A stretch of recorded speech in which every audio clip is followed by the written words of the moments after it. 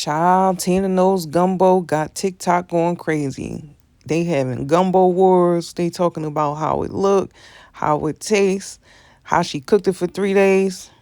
They doing taste tests and people are going back and forth in regards to whether it's good or not, which for me, I feel like with food, you simply have to try things yourself, which I wouldn't be interested in going to a rodeo because that's actually where it is. It's at a pop up at the rodeo down in Texas. But at a rodeo, I wouldn't specifically go for a gumbo stand. I would assume that it's really, really hot.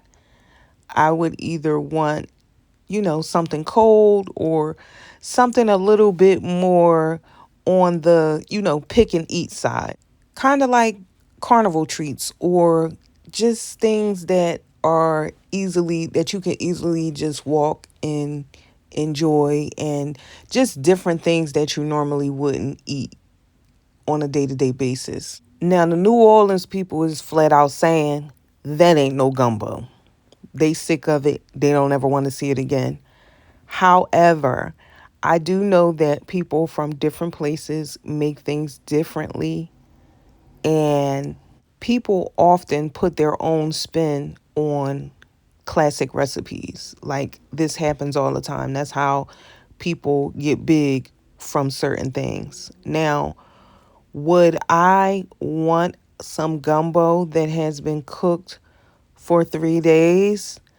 Absolutely not. Well, I'm just being facetious when I say that because Tina says she cooks it for 16 hours. But for me, same difference. That's a long time to be cooking anything. I don't know anything that has to cook that long. Now, it's a slippery slope in regards to reviews because everybody's going to assume that if you say it's good, you're saying it because it's Beyonce's mother. And if you say it's nasty, you're also saying it because it's Beyonce's mother. But no matter how you slice it, the line was down the block. The cups of gumbo were the size of a bathroom cup. You could get chicken and sausage for $23. And then the one with the shrimp added was $25, I think. Either way, whether you hated it or loved it, it all equaled up to the same thing. Ka-ching! You know their family is good for a limited edition money grab. But if you go on over to TikTok, you can see all the people over there dragging Tina like a heavy laundry bag, child. You can see everything from the people throwing up to the people saying that that's the best thing they ever tasted in their life. But y'all tell me what y'all think. And if you did go to the rodeo and you actually had it, we could talk about that too.